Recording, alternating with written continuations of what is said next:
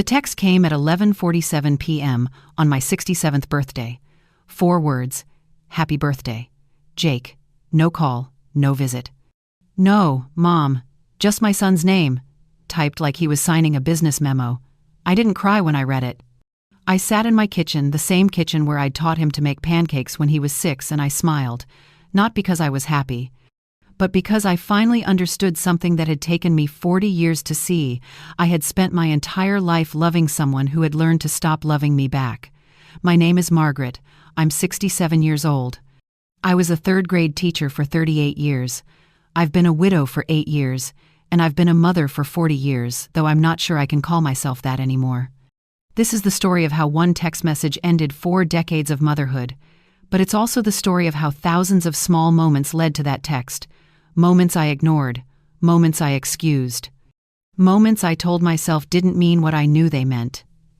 It started 3 years ago, on a Sunday. In October, when Jake brought his girlfriend Emily to meet me for the first time. She was 26, pretty, polite.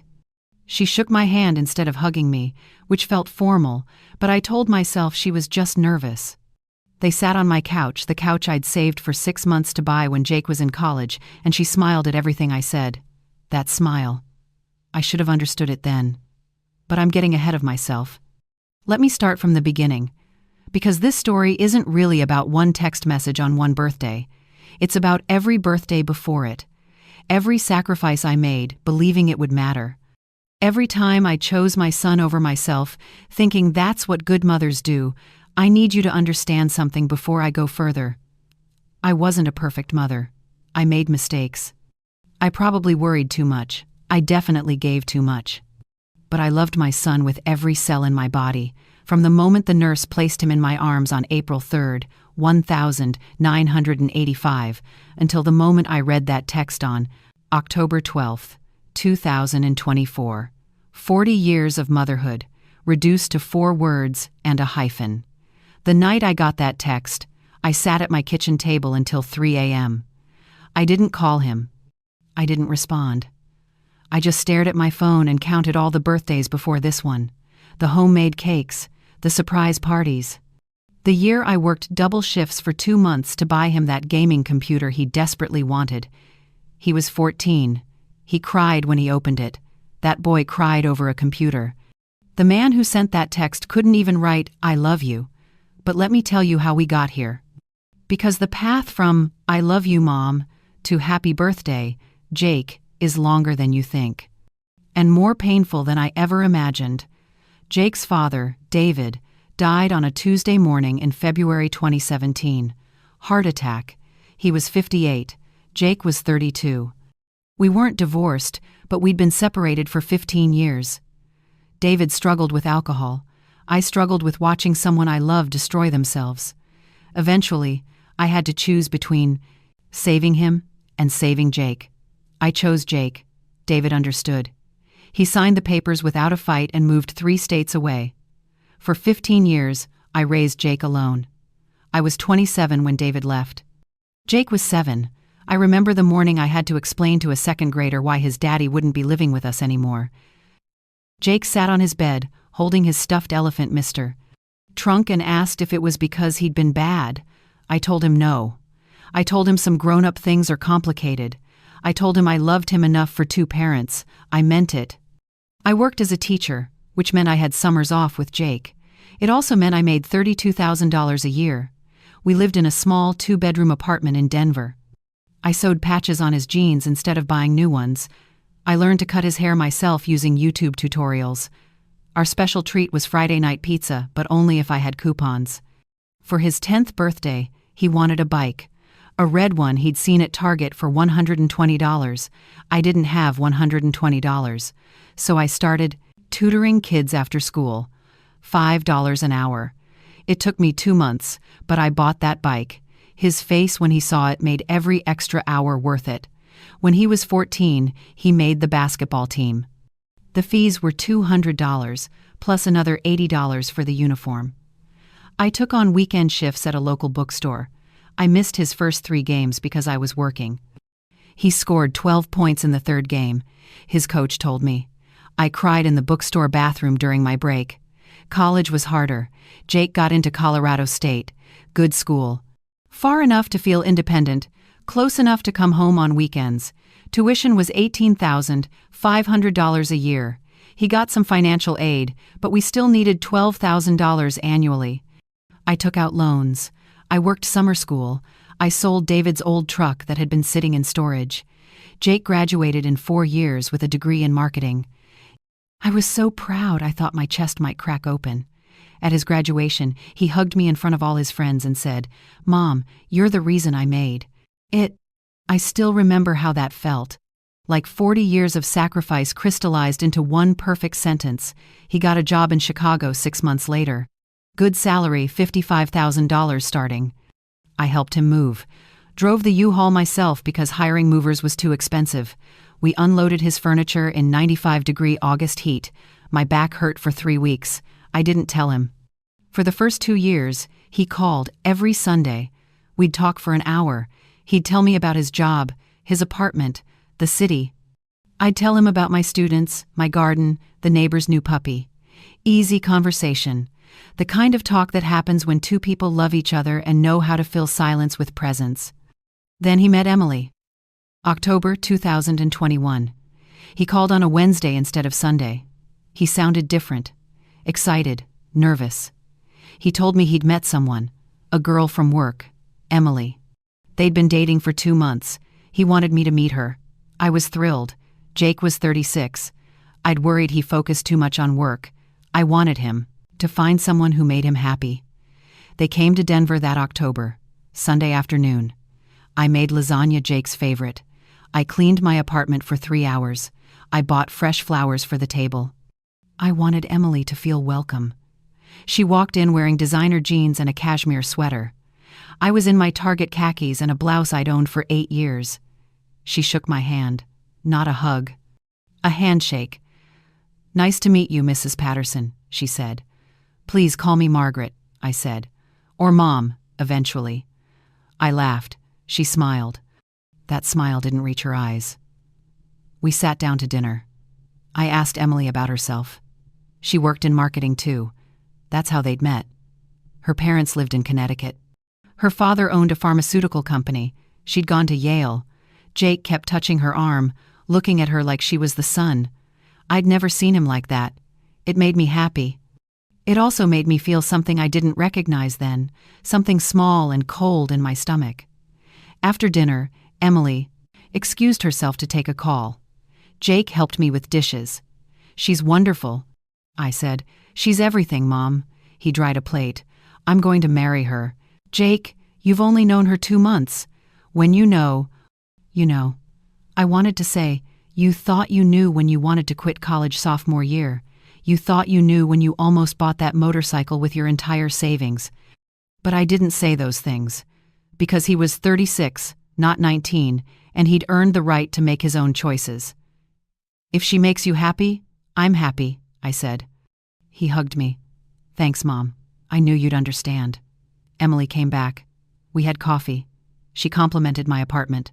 Said it was cozy. The way she said it made cozy sound like small. They left around 8 p.m. Jake hugged me. Emily waved from the car. I washed their coffee cups and tried to identify that cold feeling in my stomach. Jake called the next Sunday, and the Sunday after that. But the calls got shorter. 20 minutes instead of an hour. He sounded distracted. I told myself he was busy. In love. Building a life. 6 months later, March 2022, he called to tell me they were engaged. He proposed on a beach in Mexico. I wasn't invited to the trip. I didn't know there was a trip. "Mom, I'm getting married." His voice was pure joy. "Jake, that's wonderful. Congratulations." I meant it. "We're thinking September. September 17th. Save the date." "Of course. Anything you need, sweetheart." "Anything at all." "Actually, Mom, there is something." I waited. "The venue we want is a little out of our budget. Emily's dad is covering most of it, but we're short about $15,000. I know it's a lot, but I'll figure it out." I said, "Mom, you don't have to. Jake, you're my son. Of course I'll help." I heard Emily's voice in the background, muffled. Jake said something back, his hand over the phone. "Mom?" Emily says, "Thank you. We really appreciate it." Emily says, "Thank you," not, "Here, tell my mom yourself. I took out a loan against my retirement. $15,000. The bank officer asked what it was for. I said my son's wedding. She smiled and said that was lovely. I signed the papers and my hand shook a little. I was 64. I had $43,000 in retirement savings. Now I had $28,000 and a 5-year loan at 7% interest. I told myself it was worth it. Your son only gets married once. I sent Jake the check in April. He texted me. Got it. Thanks, Mom. You're the best. Not a call, a text. In May, I asked about wedding plans. He said Emily was handling everything. I offered to help with anything, invitations, decorations, whatever they needed. He said Emily had it under control. In June, I asked about my dress. What colors were they using? What should I wear? He said he'd ask Emily and get back to me. He didn't get back to me. In July, I called. It went to voicemail. I left a message asking about hotels, about the rehearsal dinner, about anything. He texted back 2 days later. Everything's on track. We'll send details. Soon. In August, 3 weeks before the wedding, I still hadn't received an invitation. I called again. This time, Emily answered. "Oh, Margaret, hi." She sounded surprised. "Jake's in the shower." "Hi, Emily. I just wanted to check about the wedding." I haven't gotten my invitation yet, and I wanted to make sure. The invitations went out in June. You should have gotten one. I didn't. Could you maybe email me the details? A pause. Let me have Jake call you back. He didn't call back. I called him the next day. Voicemail. I texted, "Jake, I need the wedding information. Please call me." He texted back that evening. "Mom, there's been a change. It's going to be immediate family only. Really small. Emily's anxiety can't handle a big wedding. I hope you understand." I read that text 7 times. Immediate family only. I was his mother. I was his only family. His father was dead. His grandparents were dead. I was it. Unless immediate family meant Emily's family. I called him. Immediately. He answered on the 4th ring. "Mom, I can't really talk right now." "Jake, what does immediate family only mean?" Silence. It means we're keeping it really small. Just essential people. Am I not essential? "Mom, don't make this harder than it is. I gave you $15,000 for this wedding." More silence. "I know. And we appreciate that. But Emily's really stressed, and her therapist said your mother shouldn't come to your wedding? That's not what I'm saying." "Look, we'll do something after. A dinner or something. Just the 3 of us." My throat felt tight. "Who's going to be there, Jake?" "Emily's parents, her sister, her grandmother. That's it. Maybe 10 people total. 10 people. Emily's family, not mine. I'm your mother. I know, Mom. I raised you alone for 15 years. I know. I paid for your college. I helped you move to Chicago. I just gave you $15,000 for a venue that apparently I'm not allowed to attend. Mom, please don't do this." "Don't do what?" "Don't be hurt that I'm being erased from the most important day of your life. You're not being erased. It's just complicated." "What's complicated about your mother being at your wedding?" I heard Emily's voice in the background. Sharp, quick. Jake said something I couldn't hear. "Mom, I have to go. We'll talk later." "Jake." He hung up. I sat on my couch, phone in my hand, and something broke in my chest. Not loudly. Quietly, like ice cracking on a lake. I didn't call back. I didn't text. I waited. 3 days before the wedding, he texted, "I'm sorry about all this. After the wedding, we'll visit. I promise." I didn't respond. The wedding was on September 17th, 2022. I know because I looked at the venue's Instagram page. They'd posted photos. Jake in a navy suit, Emily in a white dress that probably cost more than my car, Emily's father walking her down the aisle, Emily's mother crying in the front row. 10 people, he'd said. I counted 47 inches the photos. I closed Instagram and didn't open it again for 6 months. Jake texted me the day after the wedding. Married. We'll send photos soon. He didn't send photos. In October, I called him on his birthday. It rang once, then went to voicemail. He texted an hour later. Thanks for the birthday wishes. Crazy busy at work. I hadn't left birthday wishes. I'd wanted to talk to him. In November, Thanksgiving, I asked if they were coming to Denver. He said they were going to Emily's parents' house in Connecticut. I said maybe I could fly out. He said Emily's family kept Thanksgiving really traditional and intimate. Intimate apparently meant Emily's family, not his. In December, I asked about Christmas. He said they were staying in Chicago. I offered to come there. He said their apartment was too small for guests. I spent Christmas alone. My neighbor, Sarah, invited me over for dinner. I said no. I sat in my apartment and ate a frozen meal and told myself next year would be different. It wasn't. January 2023. I texted Jake every few days. Short messages. Thinking of you. Hope work is good. Love you, he responded maybe once a week. 1 or 2 words. Thanks, busy. You too. In February I called. Emily answered again. Hi, Margaret. Hi, Emily. Is Jake available? He's at the gym. Can I have him call you back? Yes, please. Sure, I'll tell him. He didn't call back. I waited 3 days. Called again. Voicemail. Texted. Jake, I'd really like to talk to you. Please call when you can. He texted back. Everything okay? I called immediately. He answered. Mom, what's wrong? Your text sounded urgent. Nothing's wrong. I just miss you. We haven't really talked since before the wedding. I know. It's been crazy. Emily started a new job. We're looking at houses. Houses? Yeah. We want to buy something before the market gets worse. That's wonderful. Maybe I could come visit and see the areas you're looking at? A pause. Mom, I don't think that's a good idea right now. Why not? She's dealing with a lot. Her new job is stressful. She needs our space to be calm. Our space. When had my presence become not calm? Jake, I don't understand what's happening. I feel like I'm losing you. You're not losing me. You're being dramatic. Dramatic. That word felt like a slap. I haven't seen you in over a year. You didn't let me come to your wedding. You won't return my calls. That's not dramatic. That's reality.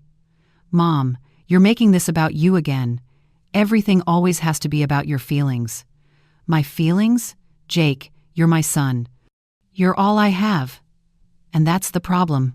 His voice was sharp now. Unfamiliar. You made me your whole world, and that's not fair. That's not my responsibility. I couldn't speak. My throat had closed. I have a wife now. I have my own life. You need to find your own life instead of trying to live through mine. I'm not trying to live through yours. I just want to be part of it. By calling constantly? By making me feel guilty every time I don't answer? By showing up uninvited? I've never shown up uninvited. You offered to come to Thanksgiving, to Christmas, to look at houses with us. That's showing up uninvited. I offered. You could have said no. I did say no, and you made me feel like a terrible son for it. Jake, I have to go. Emily and I have an appointment. Please don't hang up. I'll call you later. He hung up. He didn't call later. I sat on my bathroom floor and cried for the first time since David died. Not pretty crying, ugly crying. The kind where you can't breathe and your chest hurts and you don't recognize the sounds coming out of your own mouth. My neighbor, Sarah, heard me through the wall. She knocked softly. Margaret? Honey, you okay? I didn't answer. She used the spare key I'd given her years ago, found me on the bathroom floor, sat down next to me and held my hand, didn't ask questions, just sat. When I could finally talk, I told her everything. She listened. When I finished, she said something I'll never forget. Margaret, I've watched you love that boy for 8 years. Since David died, you've talked about Jake in every conversation we've ever had. And in 8 years, I've met him exactly twice, both times for less than an hour. That's not a son who loves his mother. That's a son who tolerates her. It hurt because it was true. March 2023. I stopped calling. I stopped texting first. I wanted to see how long it would take Jake to reach out. 6 weeks. He texted on April 15th. Hey mom, just checking in. How are you? I stared at that text for an hour before responding. I'm fine, how are you? Good, work is busy. Emily got promoted. That's wonderful. Congratulations to her. Thanks. Talk soon. That was the whole conversation. In May, my sister Linda called. She lives in Chicago, works downtown. She'd seen Jake and Emily at a restaurant. Margaret, I tried to say hi. I waved. Jake saw me. I know he saw me. He turned away and pretended he didn't. Maybe he didn't recognize you. Margaret, I'm his aunt. I held him when he was 2 days old. He recognized me. Why would he pretend not to? Linda was quiet for a moment. Honey, has Jake told you anything about how Emily talks about you? My stomach dropped. What do you mean? My coworker's sister is friends with one of Emily's college roommates. Apparently Emily tells people you're difficult. Difficult how? Overbearing. Needy. She told someone at a party that you call Jake constantly and try to control his life. I felt nauseous. I call him maybe once a week, if that. I know. I'm just telling you what's being said. Why would she say those things? Linda sighed. Some women don't like sharing their husbands, even with their mothers. Especially with mothers who raise their sons alone. Emily sees you as competition, Margaret, and she's winning because Jake's letting her. After we hung up, I went to my bathroom and looked at myself in the mirror. 65 years old. Gray hair, I'd stopped dyeing because it was too expensive. Lines around my eyes from 40 years of smiling at other people's children. Hands that were rough from years of working 2 jobs. Was I overbearing? Was I needy? Had I made Jake my whole world in a way that suffocated him? Maybe I had. Maybe loving someone too much was its own kind of poison. I decided to give him space. Real space. I wouldn't call. Wouldn't text unless he did first. I'd prove I could have my own life. June 2023. Silence. July 2023. Silence. August 2023. I texted on his birthday. Happy 38th birthday, sweetheart. I love you. He responded 3 days later. Thanks. September 2023. Their first anniversary. I sent a card. No text. No call. Just a card with $200 inside and a note that said, wishing you both happiness always. Love, Mom. I never heard if they received it. October 2023. My 66th birthday. Jake called. I almost dropped my phone. Hi, Mom. Happy birthday. Jake. Hi. Thank you. How are you? I'm okay. How are you? Good. We're good. Emily's pregnant. My heart stopped. What? We're having a baby. Due in March. Jake, that's wonderful. Congratulations. Thanks. We're excited. Nervous, but excited. Do you know what you're having? Not yet. We find out next month. I'm so happy for you. Thanks, Mom. Listen, I have to run, but I wanted to tell you myself. Jake, wait. Yeah? Can I be part of this? The baby's life? I want to be a grandmother. A pause. Of course. We'll figure it out. Okay, thank you. I love you. Love you too. Talk soon. He hung up. I cried again, but this time from relief. A baby, a grandchild, a reason for Jake to need me again. A chance to be part of his family. I was so stupid. November 2023. I texted asking about the baby, how Emily was feeling, if they'd found out the gender yet. Jake responded, she's good. It's a girl. A girl. My granddaughter. I started knitting a blanket that night, pink and white. I worked on it every evening. Each stitch felt like a prayer. December 2023. I asked if I could come visit for Christmas. Bring gifts for the baby. Jake said Emily was on bed rest. Doctor's orders. Too risky for visitors. I stayed in Denver. Sarah invited me over again. This time I went. Her family was loud and warm and made room for me at their table. Her grandson called me Miss Margaret, and showed me his new Lego set. I smiled and felt my heart crack a little more. January 2024. I texted asking about a baby shower, if they were having one, if I could help plan it. Jake said Emily's mom was handling it. I asked if I could at least attend. He said it was in Connecticut. I said I'd fly out. He said Emily wanted to keep it small. Family only. There was that phrase again. Family only. The family that didn't include me. February 2024. I finished the blanket. Spent $180 having it professionally wrapped and shipped to Chicago. Included a card. For my granddaughter. Can't wait to meet you. Love. Grandma Margaret. I never heard if they received it. March 2024. The baby was born. March 8th. 7 pounds, 3 ounces. Lily Marie. I knew because Emily posted it on Facebook. I wasn't Facebook friends with Emily. But Sarah showed me on her phone. Jake didn't call to tell me. Didn't text. I found out about my granddaughter's birth from my neighbor's Facebook feed. I waited 2 days. Then I called. Voicemail. I left a message. Jake, I saw Emily's post. Congratulations. Lily is beautiful. I'd love to visit when you're ready for guests. I love you. I'm so proud of you. He texted back a week later. Thanks. We're adjusting. We'll let you know about visits. April 2024. I asked about visiting. Jake said they needed time to bond as a family of 3. May 2024. I sent gifts for Lily. Baby clothes, board books, a stuffed elephant like the one Jake had loved as a child. I texted that I'd sent a package. He responded, got it, thanks. June 2024. I asked if I could video call to see Lily. Jake said Emily wasn't comfortable with that yet. July 2024. I called on Lily's 4-month milestone. Voicemail. August 2024, Jake's 39th birthday. I called. Emily answered. Hi, Margaret. Hi, Emily. Is Jake available? It's his birthday. He's giving Lily a bath. Could I talk to him after, or could I call back? He's pretty tired. I'll tell him you called. Emily, can I ask you something? Silence. Have I done something to upset you? Because I feel like I'm being shut out of Jake's life, and I don't understand why. Margaret, no one's shutting you out. We're just busy with a new baby. I'm sure you understand. I do understand, but I'm her grandmother. I'd like to be part of her life. Part of your lives. And you will be. When things settle down. It's been 8 months since she was born.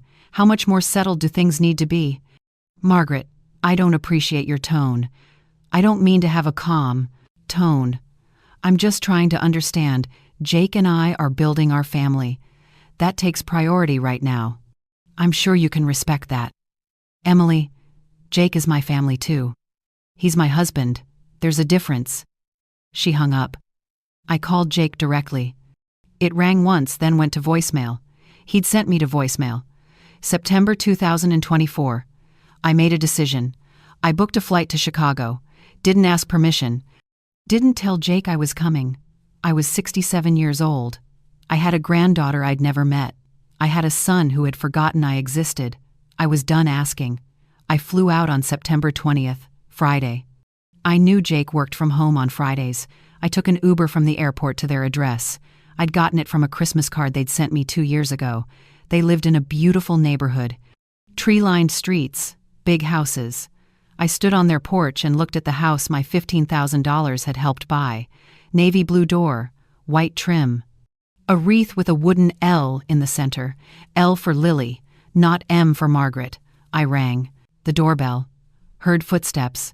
The door opened. Emily stood there holding Lily. She looked at me. I watched her face change. Surprise, then anger. Then something I can only describe as satisfaction. Margaret, this is unexpected. Hi, Emily. I came to meet my granddaughter. Lily was beautiful. Jake's eyes. Dark hair. Tiny fists wrapped around Emily's shirt. We weren't expecting you. I know. I'm sorry for not calling first, but I haven't seen Jake in over 2 years. I've never met Lily. I needed to be here. Emily didn't move from the doorway. This really isn't a good time. I flew 1,000 miles. Please. Just an hour. Margaret. What's going on? Jake's voice. He appeared behind Emily. Saw me. His face went pale. Mom? What are you doing here? I came to see you, and to meet Lily. You can't just show up like this. Why not? You won't let me visit. You won't call. You won't answer when I call. What else was I supposed to do? Emily adjusted Lily in her arms. Lily started to fuss. Jake, I told you this would happen. Your mother doesn't respect boundaries. My boundaries? What boundaries? The boundary where I don't get to meet my own granddaughter? You're making a scene, Jake said quietly. The neighbors. I don't care about the neighbors. I care about you. About Lily. Jake, please. I'm your mother. You need to leave. Those 4 words felt like a physical blow. Jake, you can't show up announced like this. It's not okay. Emily has anxiety. You're making it worse. I'm making it worse by wanting to see my son? Emily spoke then. Her voice was calm, almost sweet. Margaret, I understand you miss Jake, but this kind of behavior is exactly why we've had to create distance. You're overbearing. You don't respect our privacy. You make everything about your needs instead of what's best for our family. I made 1 uninvited visit in 3 years. After months of guilt-tripping and passive-aggressive texts, Emily said, Passive-aggressive? I've not. I've been nothing but kind to you. I gave you $15,000 for your wedding that I wasn't even invited to. We invited you. You chose to make it difficult. You invited Emily's entire family and told me it was family only. Jake stepped forward. Onto the porch. Closed the door behind him so Emily and Lily were inside. We stood facing each other. My son, 6 feet tall, beard I'd never seen in person. Eyes that used to look at me like I was the center of his universe. Now they looked at me like I was a problem to solve. Mom, you need to leave. Jake, what happened to you? You used to call me every Sunday. You used to tell me everything. We used to be close. I grew up. That's what happened. I got married. I started my own family. That's what people do. Starting your own family doesn't mean abandoning the family that raised you. I haven't abandoned you. I call. I text. Once a month, if I'm lucky. Jake, I raised you alone for 15 years. I sacrificed everything for you. I paid for your college. I helped you move. I gave you money for your wedding. And now you won't even let me meet my granddaughter? There it is, he said quietly. I knew it would come to this eventually. Come to what? You keeping score. Reminding me of everything you did. Making me feel guilty for living my own life. That's not what I'm doing. Yes, it is. You've been doing it my whole life. I worked double shifts for you. I took out loans for you. I sacrificed for you. Like love is something you should get paid back for. I felt like I couldn't breathe. Is that what you think? That I loved you to get something back?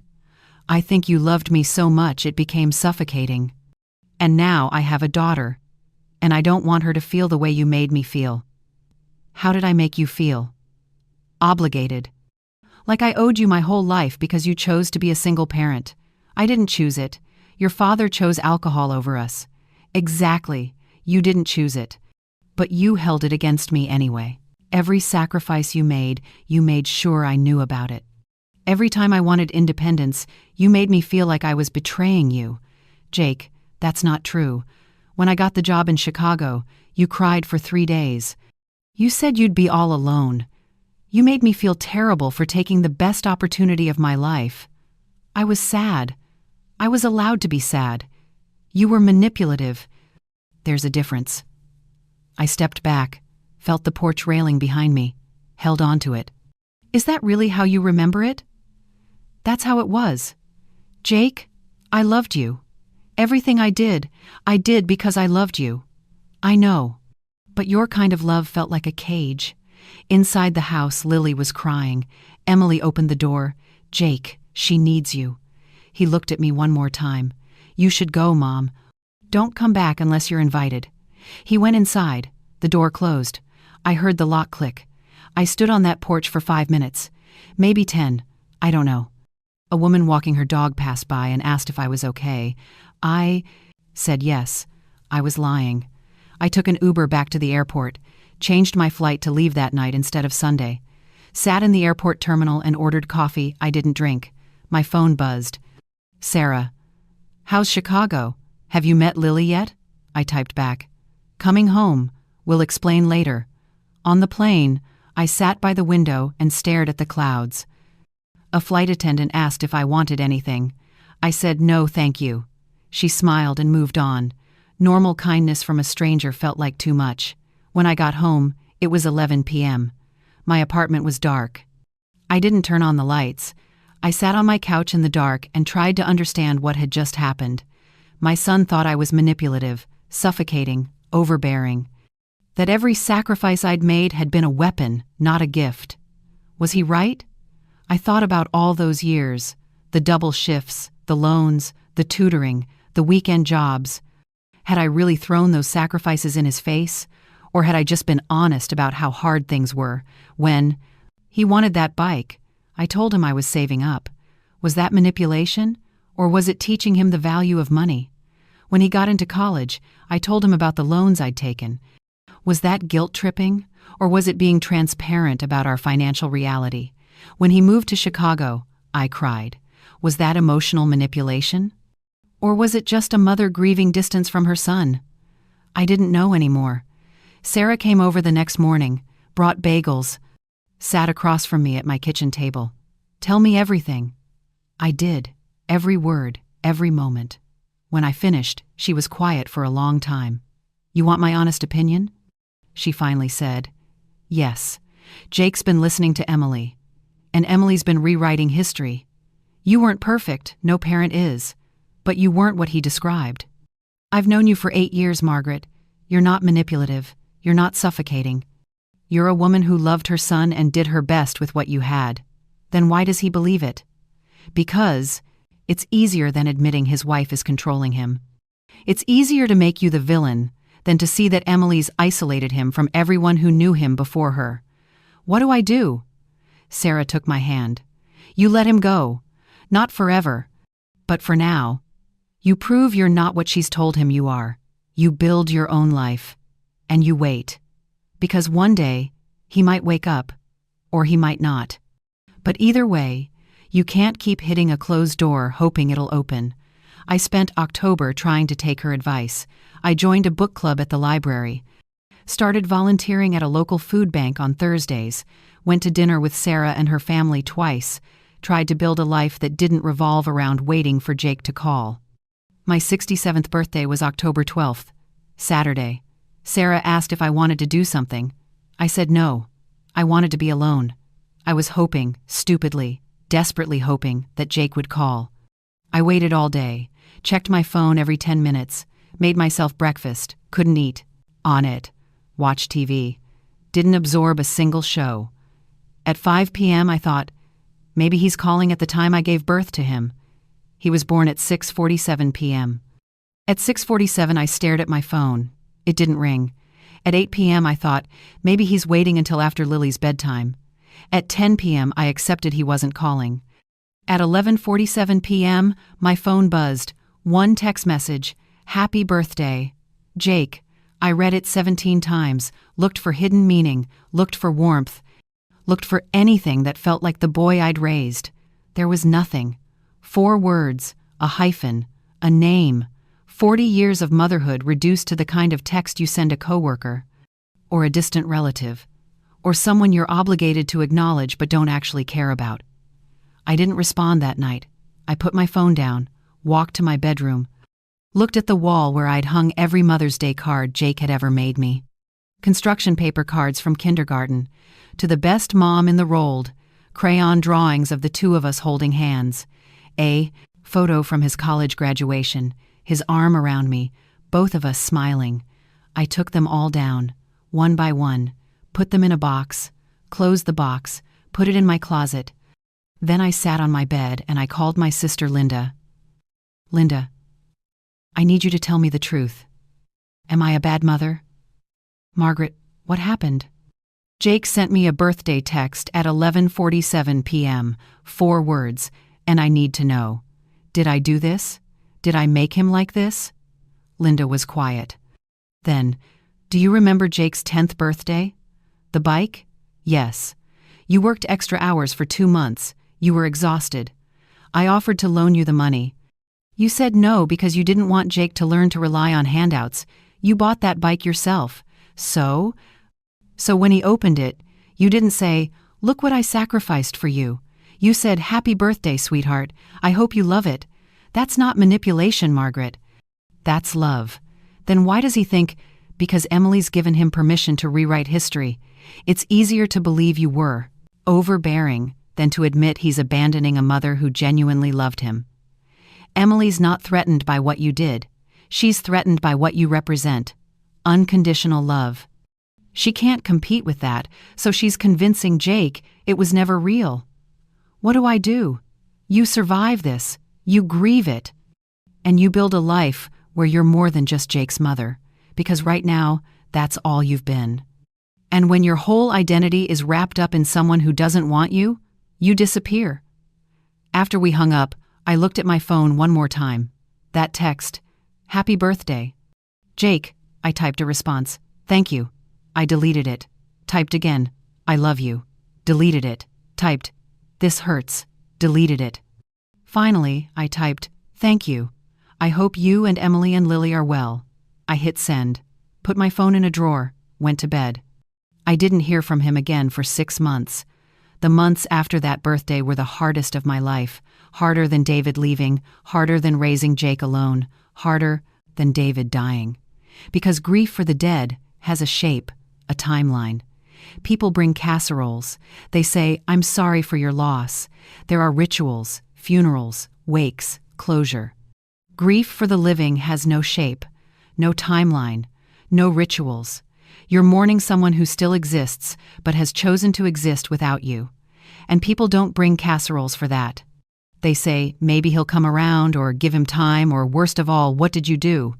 November 2024. I stopped checking my phone every hour. Started checking it every few hours. Then once a day. Then only when I remembered. December 2024. Sarah invited me to her family's Christmas. Her daughter asked why I didn't have anywhere else to go. Sarah said, "Margaret is family." Her daughter accepted this without question. I cried in their bathroom for 10 minutes. January 2025. The book club I joined asked if I wanted to host next month's meeting. I said yes. I bought new curtains, baked cookies, had 12 women in my living room, talking about a novel I'd actually read and enjoyed. One of them, Patricia, said afterward, "Margaret, you seem different, lighter." I didn't feel lighter, but I was learning to carry the weight differently. February 2025, I went to therapy for the first time. Dr. Chen was in her 50s, patient. She asked me to tell her about Jake. I talked for the entire session. At the end, she said, "Next week, I want you to tell me about Margaret. I've been telling you about Margaret. Jake is my whole—" I stopped. Heard what I was saying. "Oh," she smiled gently. "Homework. Write down 3 things you like about yourself that have nothing to do with being a mother." It took me 4 days to write down 3 things. March 2025. Lily turned 1. I saw photos on Emily's Facebook. Sarah showed me again. A big party, balloon arch, smash cake. Lily covered in frosting, smiling. Emily's parents, Emily's sister, friends. Probably 30 people. I wasn't there, wasn't invited. I closed Sarah's phone and handed it back. "You okay?" she asked. "I'm getting there." And I was, slowly.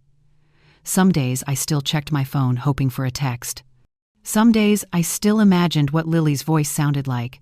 Some days I still wanted to call Jake and ask him when he'd stopped loving me. But some days I went entire hours without thinking about him. Some days I was just Margaret, not Jake's mom, not the woman whose son abandoned her, just Margaret. April 2025. I got an email from a woman named Carol. Subject line: "I heard your story. I almost deleted it, but something made me open it. Dear Margaret, my name is Carol. I'm 72. My daughter hasn't spoken to me in 6 years. Her husband convinced her I was toxic. I gave her $50,000 for her house. I wasn't invited to my grandson's baptism. I found your name through a friend of a friend. I don't know if you're interested, but there's a support group for estranged parents. We meet every other Tuesday at the community center on Maple Street. You're not alone. Carol, I read that email 5 times. You're not alone. I went to the meeting that Tuesday, scared, ashamed, wondering if everyone would look at me and know I was a bad mother who'd driven her son away. There were 11 people in the room, 8 women, 3 men, ages ranging from mid-50s to early 80s. Carol welcomed me, asked me to introduce myself. I'm Margaret. I'm 67. My son hasn't really spoken to me in 3 years. He's married, has a daughter I've never met. I don't know if it's my fault or his wife's fault or just... I don't know. A woman named Betty reached over and squeezed my hand. Welcome. You're safe here.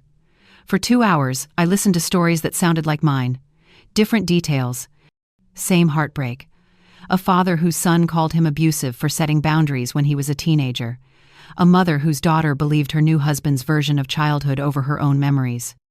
A grandfather who'd paid for his grandson's college and was now accused of being controlling. None of them were perfect parents. All of them had made mistakes, but none of them deserved to be erased. When it was my turn to share, I told them everything. The wedding I wasn't invited to, the granddaughter I'd never met, the birthday text, the box of Mother's Day cards in my closet. When I finished, Carol said, Margaret, can I ask you something? Yes. If Jake called tomorrow and said he wanted a relationship again, no apology, no acknowledgement of the pain he caused, would you say yes? I thought about it. Honestly thought about it. A year ago, I would have said yes immediately. I would have said yes to anything just to have him back. Now, I don't know.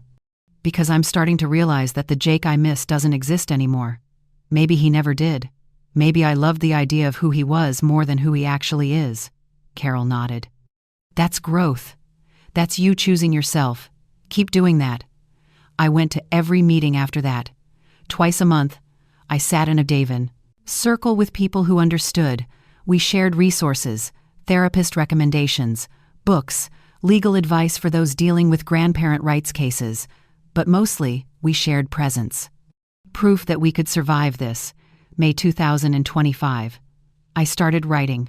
Not a journal, a blog. I called it Letters to Living Ghosts. I wrote about estrangement, about mother blame, about the special kind of grief that comes from losing someone who's still breathing. I didn't expect anyone to read it, but they did. Hundreds of people, then thousands, women my age. Some older, some younger, all of them with the same story. I loved my child left. I don't know why. The comments section became its own support group, women sharing their stories, offering advice, holding space for each other's pain. One woman wrote, I thought I was the only one. For 6 years, I thought there was something uniquely wrong with me. Thank you for showing me I'm not alone. Another wrote, my therapist told me to fix my relationship with my daughter but wouldn't believe me that I'd done nothing wrong. Reading your blog helped me find a new therapist who understands estrangement. Another, I'm 81. My son cut me off 20 years ago. I thought I'd die without resolution. Your words helped me accept that some stories don't get endings. That's okay. I can still be okay. June 2025. My retirement savings were almost gone. The loan I'd taken for Jake's wedding had 3 more years of payments. I was living on Social Security and a small pension. It was tight, really tight. I met with a financial advisor. She reviewed my situation, looked up at me with sad eyes. Margaret, I'm going to ask you something, and I need you to be honest. Did you ever get a written agreement about that $15,000 loan? It wasn't a loan. It was a gift. Does Jake know that? I don't know. I never thought to clarify. She wrote something down. Have you considered consulting an elder law attorney? For what? To understand your options. What you're describing, financial contribution with subsequent estrangement, sometimes falls under elder financial exploitation. Jake didn't exploit me. I gave him that money willingly. I understand, But you gave it with the reasonable expectation of maintaining a relationship. You gave it as his mother, not as a stranger. When adult children accept significant financial support and then cut contact, it can sometimes be considered exploitation, especially if there was manipulation involved. I thought about Emily. Her smile that first day. The way she'd systematically separated Jake from everyone who knew him before her. The way she'd rewritten history to make me the villain.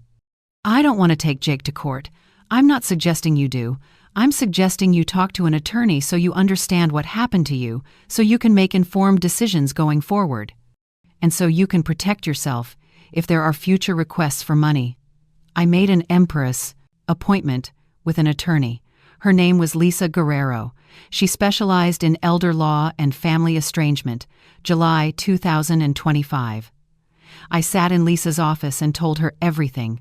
She took notes, asked questions. At the end, she said, "Margaret, I want to be clear. This isn't your fault. What you're experiencing is called parental alienation, and it's more common than people realize. Emily has systematically isolated Jake from you by controlling information, rewriting history, and making herself the victim of your supposed overbearing behavior. Can I do anything about it? Legally, in this situation, probably not. You gave money as a gift.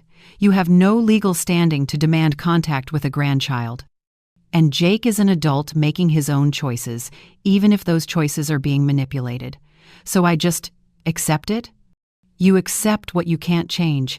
You protect yourself from future exploitation, and you build a life where you're not waiting for someone who may never come back."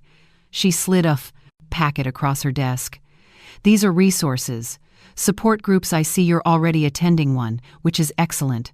Therapists who specialize in estrangement, financial planning advice, and information about grandparent rights, just in case things change."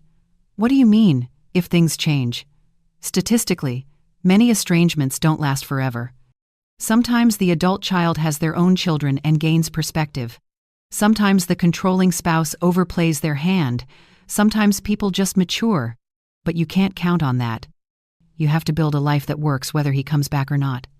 August 2025. I'd been writing my blog for 3 months. I'd been going to therapy for 6 months. I'd been attending the support group for 4 months. I was different now. Not healed, not okay, but different. I could sleep through the night. I could see mothers with adult sons at the grocery store and not cry. I could talk about Jake without my voice breaking. I started traveling. Small trips, nothing fancy. I drove to Colorado Springs and hiked. Visited a friend from college in Arizona. Went to a writer's retreat in New Mexico. Patricia from book club became a real friend. We went to museums together. Tried new restaurants. She made me laugh. She never asked about Jake unless I brought him up first. September 2025. The 1-year anniversary of Jake closing the door in my face. I woke up that morning expecting to feel devastated. Instead, I felt tired. Just tired. Tired of grieving. Tired of wondering. Tired of hoping. I went to my closet, pulled out the box of Mother's Day cards, looked through them one more time. Then I put them back. But I didn't put the box back in the closet. I put it on a shelf in my living room. Visible, because those memories were real, even if Jake didn't remember them the same way. That night, Carol from the support group called. "Margaret, I want to tell you something. My daughter called today. First time in 6 years. She's getting divorced. Her husband left her for someone else, and she called me. Carol, that's wonderful." "Is it?" She didn't apologize. She didn't acknowledge what she did. She just said, "Mom, I need help." And you know what? I said yes, because she's still my daughter. Are you happy? I'm complicated. I'm glad she called. I'm angry she only called because she needs something. I'm hopeful we can rebuild. I'm scared she'll hurt me again. I'm all of it at once. What are you going to do? I'm going to help her. But this time, I'm keeping boundaries. This time, I'm protecting myself while loving her. Because I've learned that love without self-preservation isn't love, it's martyrdom. And I'm done being a martyr. After we hung up, I thought about what she'd said. Love without self-preservation isn't love, it's martyrdom. I'd been a martyr for 40 years. I'd given everything, expected nothing, and called it love. But maybe real love, healthy love, requires boundaries, requires saying, I love you, but I also love myself. Requires knowing when to hold on and when to let go. October 2025. My 68th birthday approached. I made plans. Dinner with Sarah and Patricia. Book club was reading my favorite novel and discussing it on my birthday. I'd bought myself a new sweater. Small things, but things that made me feel seen, even if only by myself. On October 11th, the day before my birthday, Jake called. I stared at my phone, watched it ring. 4 rings, 5. It went to voicemail. He didn't leave a message. 10 minutes later, he texted, "Hi, Mom, can we talk?" I looked at that text for a long time, remembered last year's birthday text, remembered the door closing in my face, remembered 40 years of love and 3 years of silence. I typed back, "I'm available tomorrow after 4 p.m. He responded immediately, "Tomorrow's your birthday. I wanted to call you." "I know. I have plans until 4. You can call after that if you'd like." "Okay. I'll call at 4:30. The 12th of October 2025, my 68th birthday. I woke up and got ready for my day, had breakfast with Sarah Crepes at our favorite cafe, went to book club at 2 p.m., came home at 3:45. At 4:30, my phone rang. "Jake," I answered. "Hello." "Hi, Mom. Happy birthday." "Thank you." Silence. "How are you?" he asked. "I'm well. How are you?" "We're good. Lily's walking now, talking. She's saying so many words." "That's wonderful." More silence. "Mom, I wanted to call because Emily and I have been in therapy, couples therapy, and some things have come up about my childhood, about you, about how I've handled our relationship." I waited. My therapist asked me to describe my childhood. And when I did, Emily looked surprised. She said it sounded nothing like what I'd told her before, and I realized, I don't know. "I think I've been telling a story about you that isn't completely true." "What story have you been telling?" "That you were controlling, manipulative, that you made me feel guilty for living my life, but when I coming life, described actual memories, actual things you did, they didn't sound like that. They sounded like you were a single mom, doing her best." I closed my eyes. "Jake, why are you telling me this now?" "Because I miss you. Because Lily asks about grandmas and I have to explain why she only has one. Because I've been an asshole for 3 years and I'm sorry. You sent me a 4-word text on my birthday last year." "I know. You didn't let me meet your daughter." "I know. You closed the door in my face and told me not to come back unless I was invited." "I know. Mom, I know. And I'm sorry. I'm really, really sorry." I felt tears coming, pushed them back. "Jake, I appreciate your apology." "I do. But I need you to understand something. You didn't just hurt me. You broke me." For a year after that birthday text, I barely functioned. I thought I'd been a terrible mother. I thought everything I'd sacrificed had been wasted. I went to therapy. I joined a support group. I rebuilt my entire life, because the life I had, the one where I was Jake's mom, didn't exist anymore. I didn't know it was that bad. How would you? "You stopped calling." "I thought I was protecting my marriage," Emily said. He stopped. "Emily said what?" "She said you were too involved, that you'd take over, that you'd undermine her as a mother." And I believed her because I wanted my marriage to work. And now I realize my marriage was working fine. It was my relationship with you that wasn't, and that was my choice, not yours. I sat down. My legs felt weak. "Jake, I need to ask you something, and I need you to be completely honest." "Okay. Do you actually want me back in your life? Or do you want to stop feeling guilty?" Long silence. "Both, maybe. I don't know. I miss you. I miss calling you when something good happens. I miss telling you about Lily. But I also feel terrible about what I did, and maybe I'm calling to make myself feel better. I don't know how to separate the two. That's honest. I'm trying to be honest. That's what therapy's teaching me. To be honest instead of just saying what I think people want to hear. Okay, then here's my honest response. I'm not ready, Mom. Let me finish. I love you. I never stopped loving you. But I spent 3 years grieving you like you were dead. And I've spent the last year learning to live without you. I've built a life that works. A life where I'm not waiting for your calls. And I'm not willing to risk that life for someone who might hurt me again.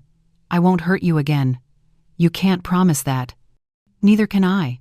Jake, relationships are built on trust, and you destroyed my trust in you. If we're going to rebuild, it has to be slow. It has to have boundaries. And it has to include accountability. What does that mean? It means you don't get to just call and say sorry and have everything go back to normal. It means you have to show me, over time, that you're trustworthy. It means we start small, maybe a phone call once a week. Maybe we build from there, but you don't get immediate access to the mother you abandoned. You have to earn your way back. That's fair. And it means Emily has to understand that if she tries to isolate you from me again, I won't fight for you. I'll let you go. Because I love myself too much now to beg for scraps from my own son. She's changed. Therapy's helped her too. She knows she was controlling. Good, I'm glad. But I don't trust her. So if we rebuild, you need to be the one managing our relationship. Not her. Not both of you. You.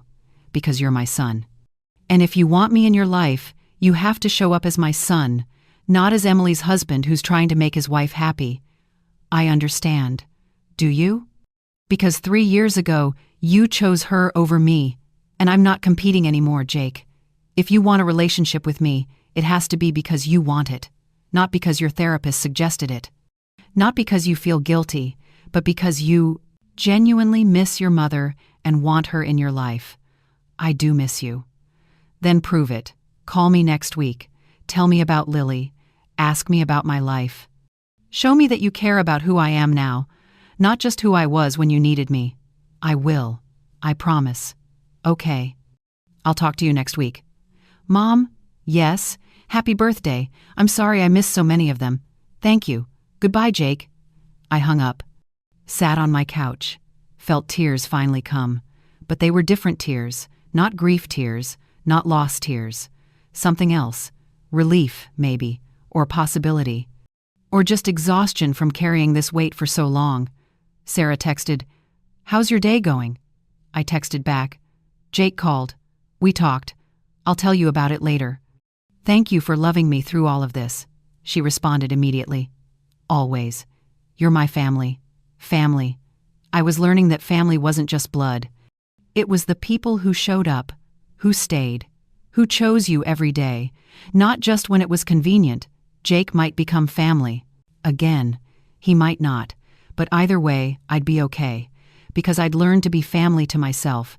It's been 6 weeks since Jake called on my birthday. We've talked every Wednesday evening. 20-minute calls. He tells me about Lily. About work. About therapy. I tell him about my blog. About book club. About the trip I'm planning to Portland in December. He sent me photos of Lily last week. 18 of them. Her in a Halloween costume. Her with her dad. Her smiling with frosting on her face. I printed one, put it on my refrigerator, but I didn't put it in a frame, not yet, because I'm learning to protect my heart while staying open to possibility. Emily and I haven't spoken. Jake says she's working on her own issues in therapy, that she's trying to understand why she felt so threatened by me. I told him I hope she finds healing, but I don't need an apology from her. I need consistency from him.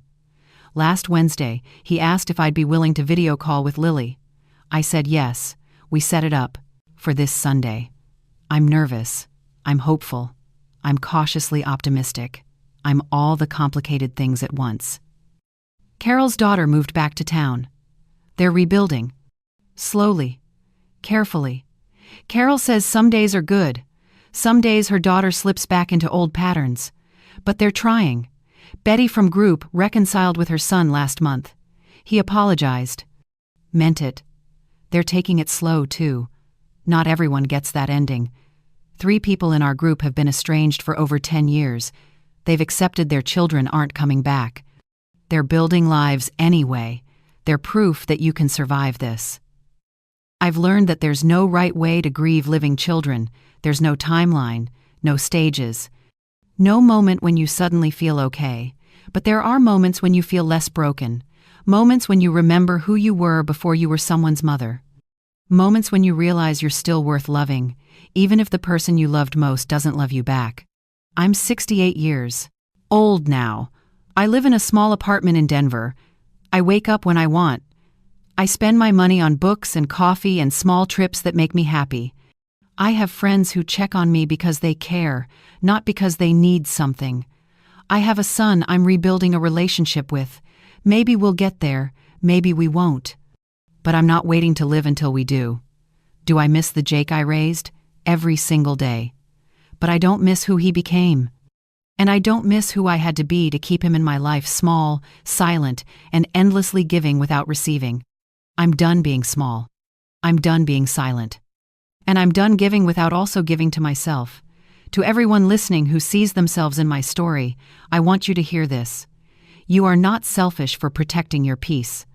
You are not bitter for recognizing patterns. You are not a bad parent for setting boundaries. And you are not alone.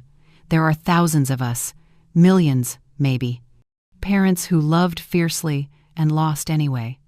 Parents who sacrificed and got silence in return. Parents who are learning to survive the death of relationships with children who are still breathing. If your child has cut you off, and you're sitting there wondering what you did wrong, please know this. Maybe you made mistakes. Maybe you weren't perfect. But imperfect love is still love. And you deserved more than abandonment. Find your people. Join a support group. Go to therapy. Write your story. Build a life that works whether they come back or not, because you matter. Not because you're someone's mother, but because you're someone. A person with value and worth and a right to peace. And if your child does come back, like Jake did, set boundaries. Protect yourself. Love them, but love yourself more. Because love without self-preservation isn't love. It's martyrdom, and you've been a martyr long enough. Tell me in the comments, have you ever had to choose between family loyalty and your own well-being? What did you do? How did you survive? I read every comment. Your stories matter. You matter. If this resonated with you, please subscribe. There are thousands more stories like mine, stories like yours. And we're building a community where no one has to carry this alone. Thank you for listening to my story. Thank you for trusting me with your time. Thank you for being here. Remember, saying no doesn't make you a bad person. It makes you a person who deserves love, including from yourself. I'm Margaret. I'm 68 years old. And I'm finally learning to be okay.